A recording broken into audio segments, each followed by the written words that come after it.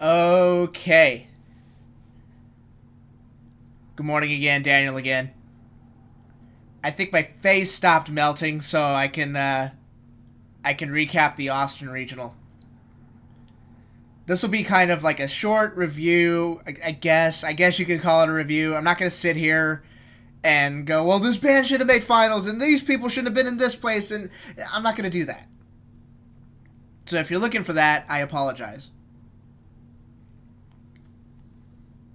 The point is that this regional was an extremely entertaining, an extremely stacked competition. And we're going to celebrate that. And I'm going to tell you about my day briefly, so it'll be like a half review, half campfire story thing. I wasn't going to do one of these today. I kind of wanted to wait.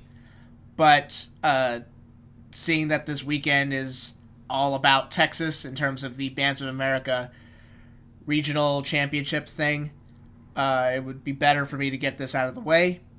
We'll call these things the cherry on Austin, and then next week we'll do cherry on Southlake and cherry on McAllen, which is ironic because if you know me, you know that I hate when people put cherries on my desserts.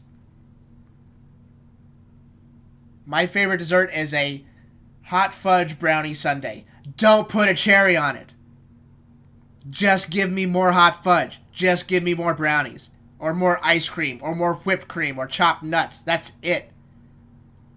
I don't want any damn cherries on my desserts. It ruins it. Well, it gives it color and it gives it this. No, it's trash. Cherries are trash. So cherry on Austin. Here we go. First things first. I am the absolute worst person when it comes to applying sunscreen. I had a bag with me, and first of all, thank you to everybody. Thank you to Music for All and Bands of America for giving us access to blog the event. Thank you to the McNeil parents who ran the event very, very, very well. Big shout out to everyone who came up to us in the stands and said hello. We love doing that. We love being able to talk with random people about the activity. Big thanks to everybody who started just by word of mouth talking about the website and just you could hear people talking about it in the stands. That was really cool. It was really neat, and we appreciate that a lot. So anyway, sunscreen. I brought in 2 tubes of Banana Boat sunscreen, 2 small travel-sized tubes. And I had my spray sunscreen from when I went to the DCI show in Broken Arrow, Oklahoma this past summer. I applied sunscreen once on my face and arms before the first block ended because we were already starting to cook out there. Then I applied it again after the second block. My face still melted off. If you guys didn't know who I was the skeleton in the back row with a laptop in his lap. And the thing that I found interesting was that people were coming up to me and saying hello and everything. Nobody said a word. Nobody said a word to me that my face was, that I looked like a lobster. A freshly cooked lobster. The only thing that was missing from my face was some butter sauce. I looked ridiculous. And I know I put sunscreen on, but whatever. I had aloe vera with me, so I was able to take care of that. Man, my face hurt Sunday. Not bueno. Anyways. Bush's chicken tenderroll count. It was 4. I had 4 of them at lunch. In fact, I went there with a buddy of mine. We went down to the concession stand, and they were just right then and there bringing in a red cooler that had the Bush's Chicken logo on it. Put it in there. They put it in the concession stand. I bought 4 of them right off the bat. So good. I have to work out a little bit extra this week to get rid of that out of my system. Let's talk about the contest. Claudia Taylor-Johnson won. Rightfully so. Here's the thing about that program. And it's been happening for a couple of years now. Johnson moves, they play, they carry themselves with a confidence and a presence that very few programs in this state have. And it kind of reminds me of Spring and Westfield back in the late 90s, early 2000s. When they entered the field, and it didn't have anything to do with uniforms. It didn't have anything to do with guard costuming. It doesn't have anything to do with props or microphones. It didn't have anything to do with that. When they entered the field and the stadium was theirs. It belonged to them.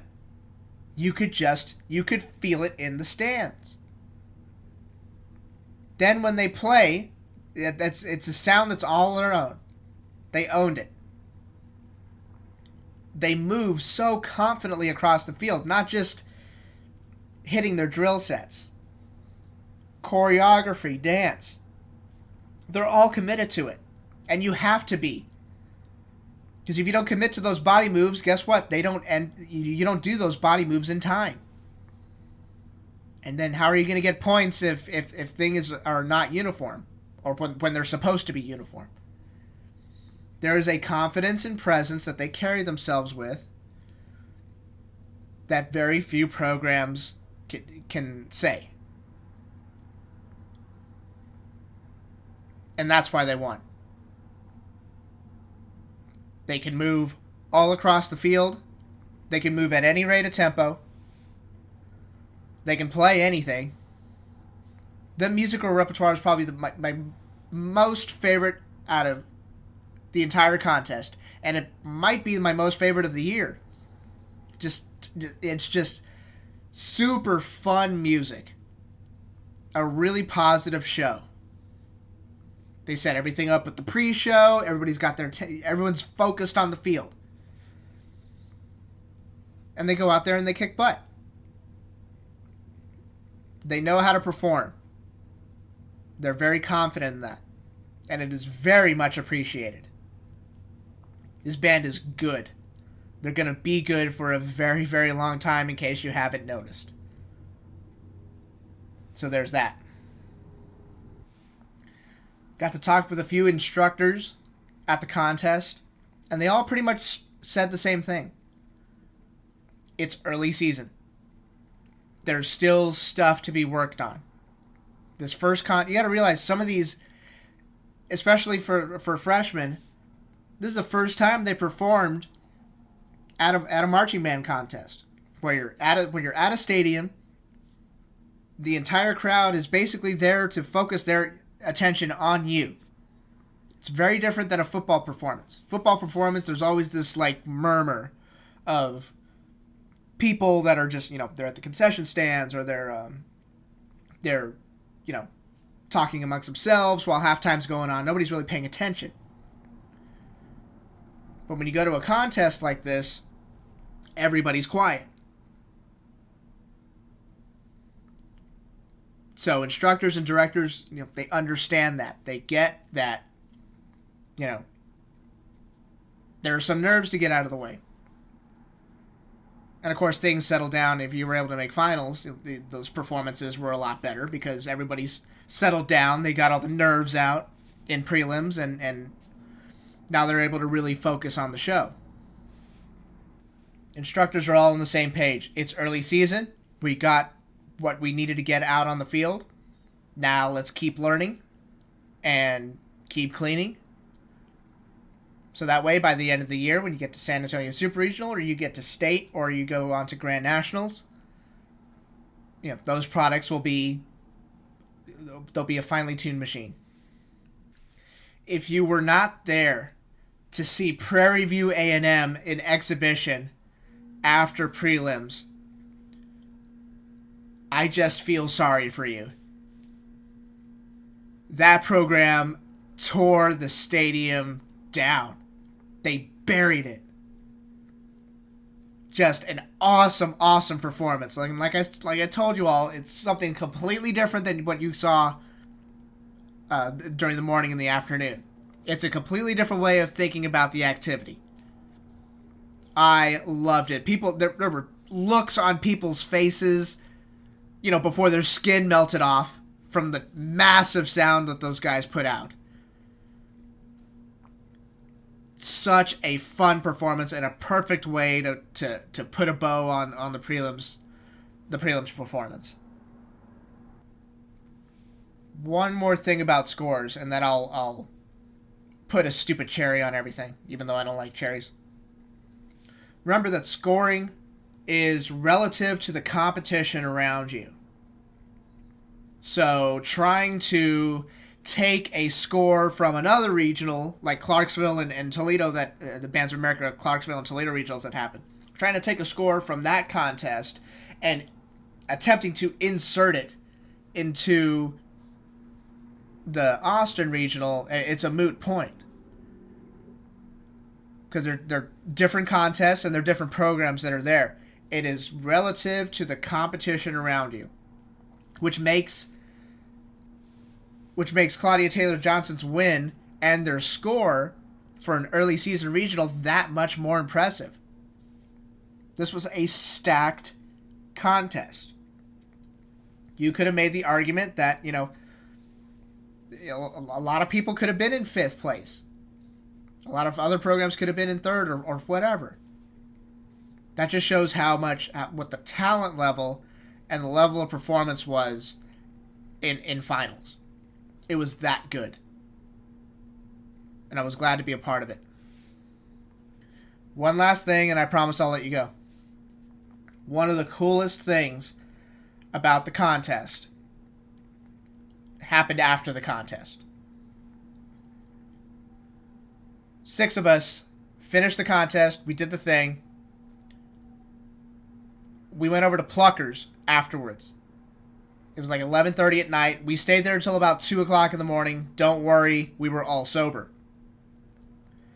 And it's 6 of us, and we were just a bunch of buddies hanging around, talking about the activity. That's it. We were just sitting around eating chicken wings, drinking sweet tea and Dr. Pepper and lemonade. We're just sitting around talking about the activity. That was awesome. I love doing that stuff. Where you can just shoot the breeze and just have a good time with good company. That was fantastic. I think I am done for now. That should be it for the Austin Regional. We will now take that and put that on the side because it is in the past now. And now, in a couple of days, we will get to focus on the South Lake Regional. Completely different from Austin. We will get to focus on McAllen Regional. Only 2 regionals this year, or this week. And they're both in the state of Texas on completely opposite sides of the state. That is insanity. But hey, Texas, man. Texas, man. Awesome stuff. I will talk to you all very soon. Hope you all enjoyed the Austin Regional. Thank you so much for if you tuned in on the live blog and all that stuff. Thank you very much. We really appreciate it. And we'll continue to do it as long as you guys keep watching and listening and doing all that stuff. Thank you all very much. Y'all take care. Adios. Bye-bye.